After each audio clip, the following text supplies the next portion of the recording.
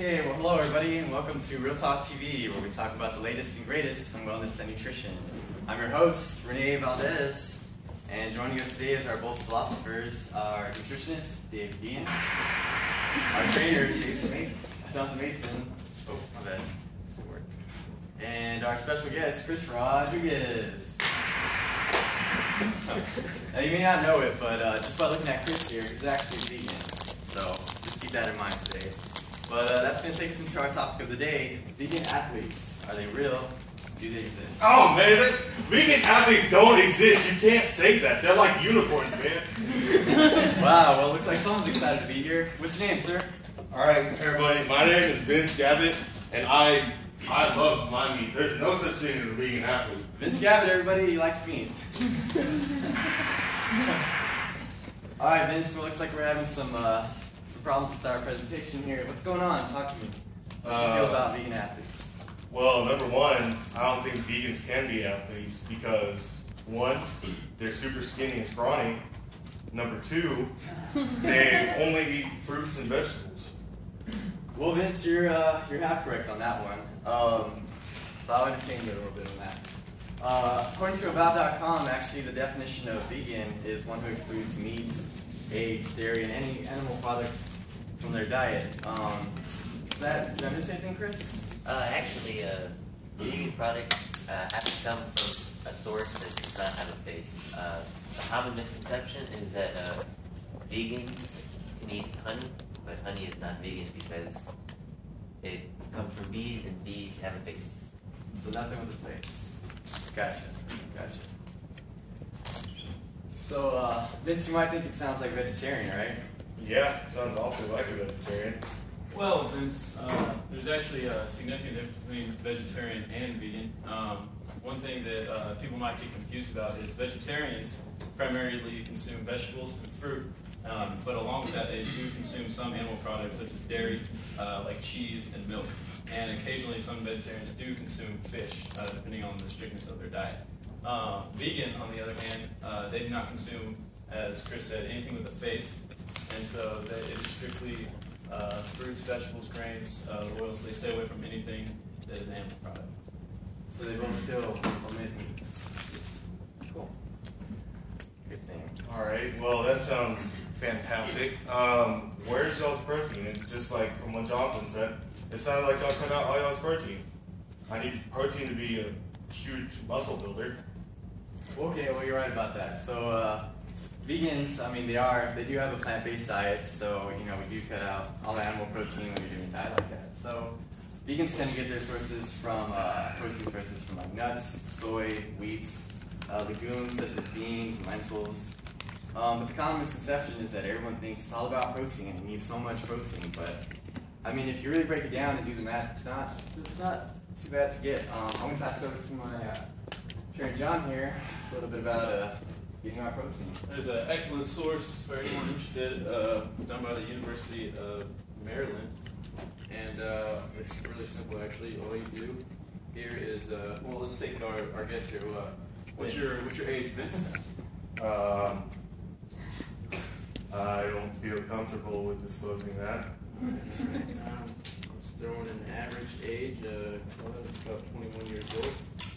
Would you care to share your height? How about you give me your height? Alright. Nice guy. Alright, I'll go ahead and get your mail here. And all you do is submit it, and then you will put your physical activity level, guessing moderate for you, and submit that, and it will tell you your daily intake of protein that you need. This here says 105 grams. So it's simple as that. All you do is you can go online and check that, and it's a good visual screen out there. And Vince, another thing you gotta understand is protein is protein. You don't necessarily have to get your protein from meats and dairy products. Yeah. And hold on, in a minute we'll have you. Here we have some vegan sources of protein. We got almonds, avocado, black beans, several common sources of food that everyone eats here. And it's not on here, but if the vegan wanted to get the same amount of protein in a 4-ounce piece of steak, he or she could consume a couple lentils or kidney beans and get that same amount of protein. So it's not that difficult. Yeah, and two of my favorite meals are actually right here. grilled vegetable quinoa salad and sweet chili tofu. Quinoa is actually high in protein, and the vegetables in the recipe offer a great source of protein. Sweet chili tofu is very tasty. It goes great over a bed of brown rice, and both of these meals have roughly 13.4 grams of protein, so you're gonna get your source of protein from them. Not bad. So you're combining a whole bunch of the protein sources, like the all that have high amounts of protein into one. So it doesn't seem that hard to get your protein. All right, well, that sounds fantastic, but there has to be something wrong. I mean, I'm not hearing of any vegans in ESPN or anything, so where are the athletes? It's true, it's true. Well, like athletes, I mean, it's not for everyone. So when you usually it takes a lot of discipline, some knowledge, and of course, before you try any kind of diet, you want a doctor's approval. So it takes about roughly 6 days to get into the habit of doing something. So this is a process. You can get through it. Education is key, but John, you work with a lot of athletes. Do you know of anyone or have any experiences with that? That's a good question. Good thing you asked that. I actually worked with Arian Foster in 2011, 2012, and he actually wanted to give vegan a try in 2011, and it actually did not statistically decrease his performance on the field. He actually he tried it out in 2011 and then went back to eating meat in 2012, and it did not decrease his performance at all. Nice. And he originally tried it for performance and better diets. Right? Yes, exactly. Oh, good call. Well, so it didn't work for him, but do you have any success stories? Maybe it worked for others. Sure. I trained Patrick Bob Boumian. He's I think he speaks for himself. He's the strongest man in Germany. Not much more to say about that. And Matt Danzig, he's a UFC fighter at the age of 33. Surprisingly, his record is 22-10, and that is just well for anyone. But when you add he's a vegan in there, people get surprised. So obviously he's in pretty good shape. Looks like they're getting their protein. That's Definitely. Awesome. So Vince, I don't know if you heard of the soy myth. Correct me if I'm wrong, but doesn't soy have a bunch of estrogen in it, and isn't estrogen female hormone? So if men were vegans, wouldn't they be less manly and have softer jawlines and such? Well, that's pretty true. I mean, soy does contain estrogen, but I'll take this one, Renee. all right, here you go. Alright, soy does contain estrogen, but it contains phytoestrogen, and phytoestrogen is plant-based and it's not in human form. So, with that said, So I mean, he's phytoestrogen has no effect on the male estrogen level. I mean, hormone levels. so people that do eat a lot of soy for protein get a lot of estrogen, but men it won't affect them. Exactly. And here we have Derek Poundstone, the strongest man in America or the world, and he eats tofu and soy, and it doesn't look like it affects him in any way. It doesn't look like he has any female characteristics. No, not at all. So Chris, what can we expect actually an athlete going to try the vegan diet? I mean, what are vegans like in general? Yeah, typically your vegan's gonna look pretty. They're gonna be thinner. They're gonna have lower blood pressure and lower cholesterol. All this combined reduces the risk for heart disease. On the street, stereotypically, your vegan's gonna look pretty grungy. Pretty much a hipster with tattoos, gauges. They don't look like they really care about what goes in their body, but in reality, they care a lot about their diet. Very strict. It's very Indian. So athletes, I guess, so looking to get lean, more healthy, really good diet. That's pretty good.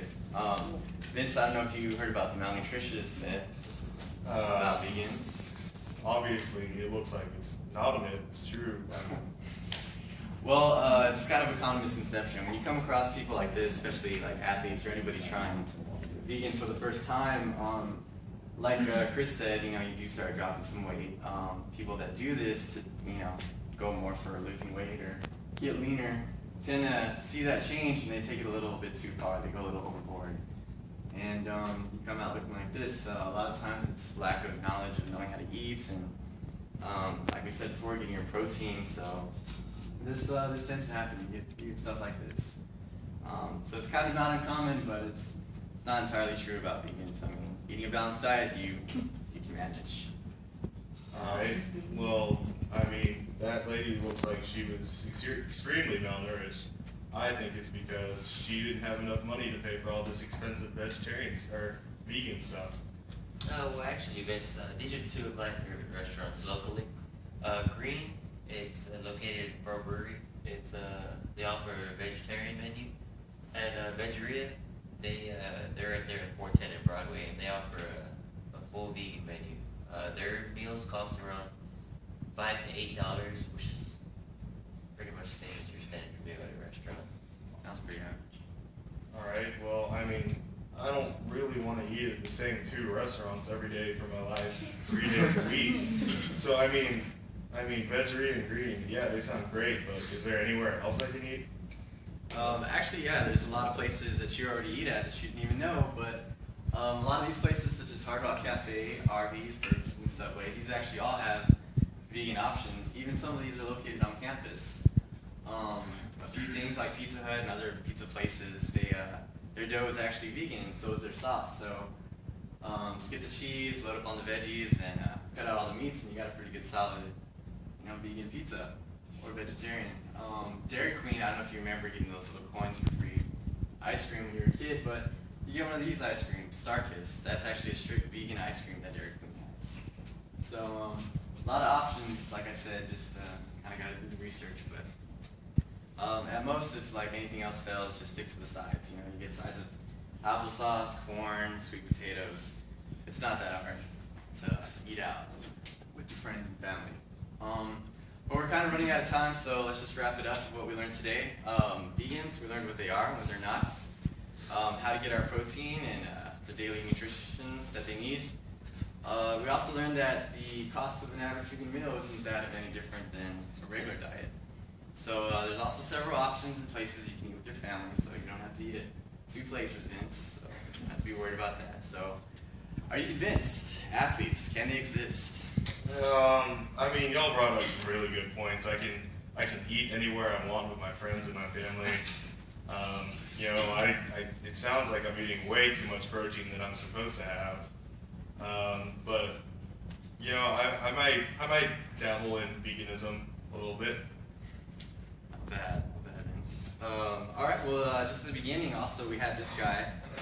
That's actually Steve-O, just a notable vegan actually recently. So that vegan, he became vegan just because he has a lot of bad karma and stuff like that. Does a lot of drugs and everything. So now he wants to change that.